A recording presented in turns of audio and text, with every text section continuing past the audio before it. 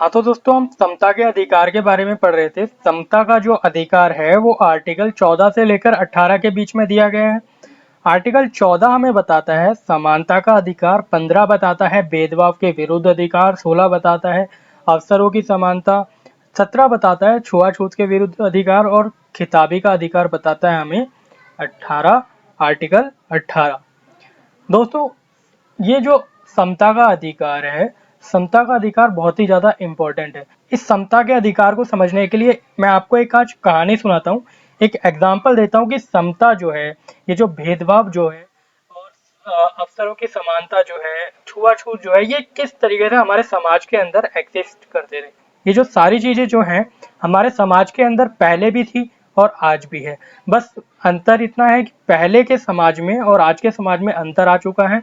पहले के समाज में थोड़ा सा ज़्यादा थी और आज के समाज में इसकी जो है संभावना जो है काफ़ी ज़्यादा कम हो गई है। इस अधिकार को मैं आपको एक कहानी के माध्यम से बताना चाहूँगा, है ना। पहले आप ये कहानी सुनिए, फिर इस चैप्टर को हम आगे बढ़ाएंगे।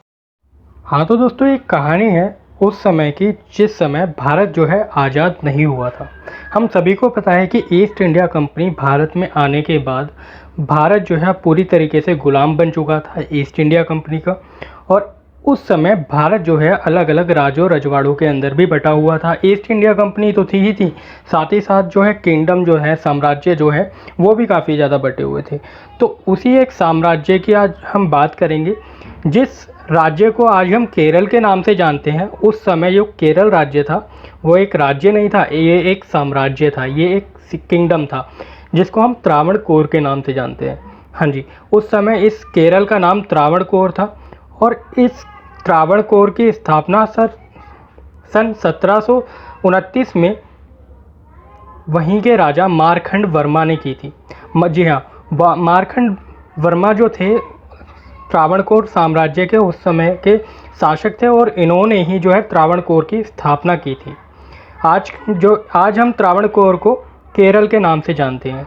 मारखंड वर्मा ने जो है त्रावणकोर पर सन 1729 से लेकर 1758 तक अपना शासन चलाया और अपनी राजगद्दी पर विराजमान रहे। त्रावणकोर राज्य जो है 729 से लेकर 1949 तक जो है अस्तित्व में रहा।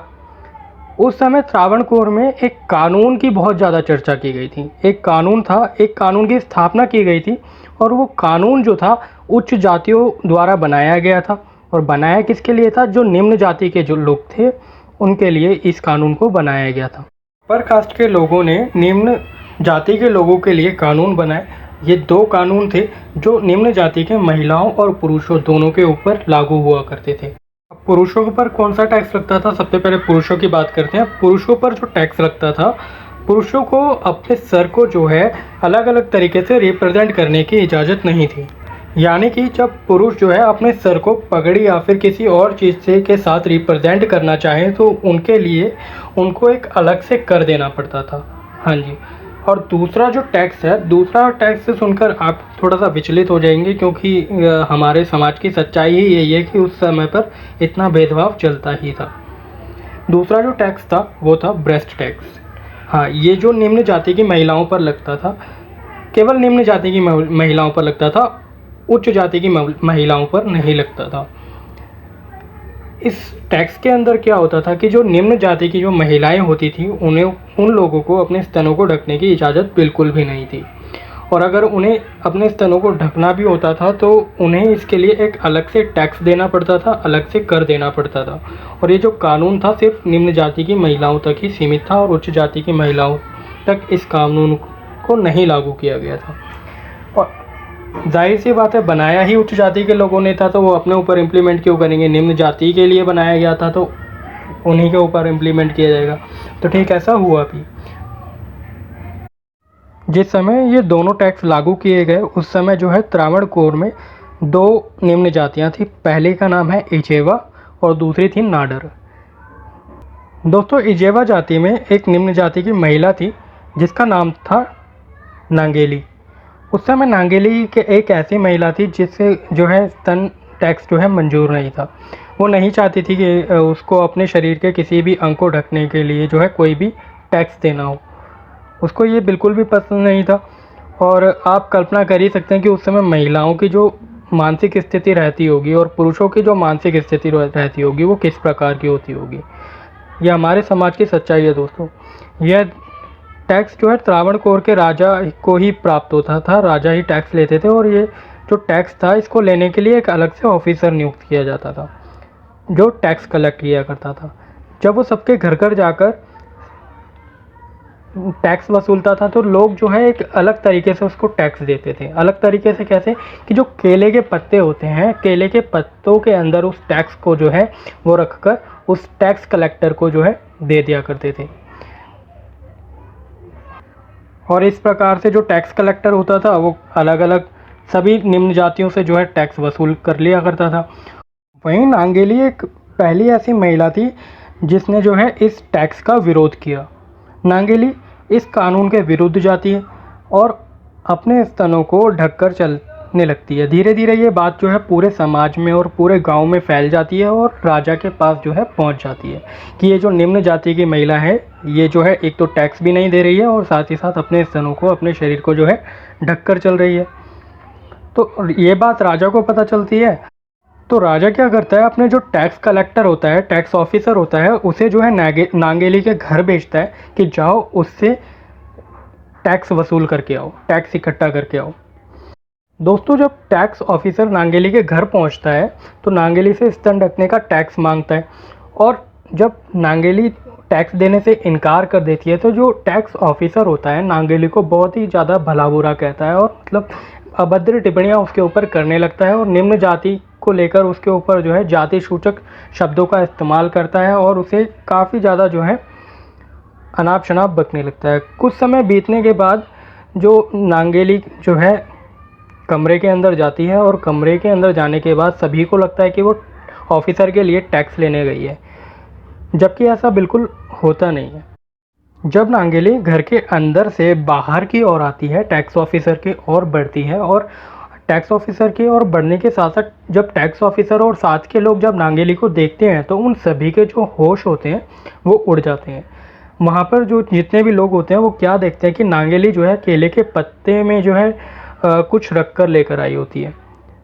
सभी को लगता है कि नांगेली जो है केले के पत्ते के अंदर टैक्स रख कर लाई है, लेकिन जब सभी उसके हाथों और शरीर पर खून देखते हैं तो पता चलता है कि जो नांगेली है वो असल में केले के पत्ते के अंदर टैक्स नहीं बल्कि अपने स्तनों को काट कर लेकर आई है और टैक्स ऑफिसर के सामने प्रस्तुत कर देती है। और जो टैक्स ऑफिसर होता है उसको वो कहती है कि साहब मेरे पास देने के लिए कोई टैक्स नहीं है, लेकिन मैं वो चीज़ आपको दे सकती हूँ जिसके कारण जो है मेरे ऊपर इतना ज़्यादा टैक्स लग रहा है, क्योंकि मैं टैक्स नहीं भर पाऊँ, कर नहीं दे पाऊँ। समय बीत जाता है और जो उसके शरीर से जो है काफ़ी ज़्यादा खून बह जाता है और खून बहने के कारण जो है नांगेली की जो है मृत्यु हो जाती है, नांगेली मर जाती है, क्योंकि नांगेली का जो खून है वो काफ़ी ज़्यादा बह चुका होता है। नांगेली एक पहली ऐसी महिला थी जिसने इस कानूनों के विरुद्ध जो है आवाज़ उठाई और इस कानून के विरुद्ध खड़ी हुई।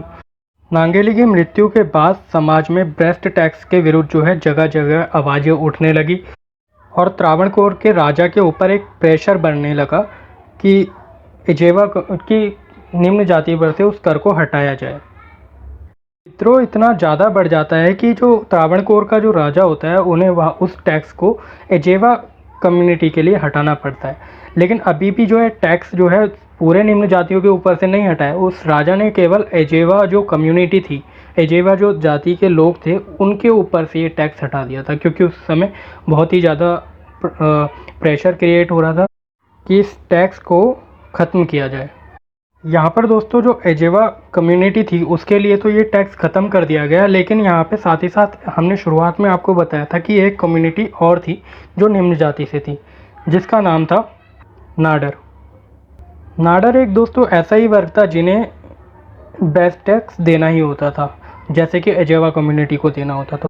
नाडर जो जाति थी वो भी चाहती थी कि उनके ऊपर से भी ये ब्रेस्ट टैक्स हटाया जाए, जिस तरीके से नाडर एजेवा कम्युनिटी के ऊपर से ये टैक्स हटाया गया था। लेकिन राजा ने जो है ये टैक्स नाडर कम्युनिटी के ऊपर से हटाने से इनकार कर दिया, ये टैक्स उनके ऊपर से नहीं हटाया गया। तो इसका लोगों ने एक उपाय ढूंढा, क्या कि जो नाडर कम्युनिटी के जो लोग थे वो धीरे धीरे कैथलिक धर्म को अपनाने लग रहे थे, कैथलिक धर्म को जो है अपनाने लग रहे थे। इसके पीछे का कारण ये था कि जो नाडर कम्युनिटी थी, उनके जो लोग थे, उन लोगों को यह लगता था कि अगर वे अपने धर्म को परिवर्तन कर लेंगे, अगर अपना धर्म बदल लेंगे, तो उन्हें ब्रेस्ट टैक्स नहीं देना पड़ेगा, उससे इसको मुक्ति मिल जाएगी और फिर वह अपने स्तनों को ढककर चल पाएंगे और सब कुछ सामान्य हो जाएगा, ठीक उच्च वर्गों की तरह, जिस तरीके से उच्च वर्ग चला करते थे। जब नाडर कम्युनिटी की इस बात का त्रावणकोर के राजा को पता चलता है कि जो नाडर कम्युनिटी के जो लोग हैं वो कैथोलिक धर्म के अंदर परिवर्तित हो रहे हैं, तो त्रावणकोर के जो राजा हैं वो ब्रिटिश हुकूमत के साथ एक बैठक करते हैं, चर्चा होती है, बैठक होती है। उस बैठक में जो है त्रावणकोर के राजा होते हैं और साथ ही साथ मद्रास के जो गवर्नर थे उस समय पर वो होते हैं। उस समय पर मद्रास के जो गवर्नर थे उनका नाम था चार्ल्स ट्रेवलियन।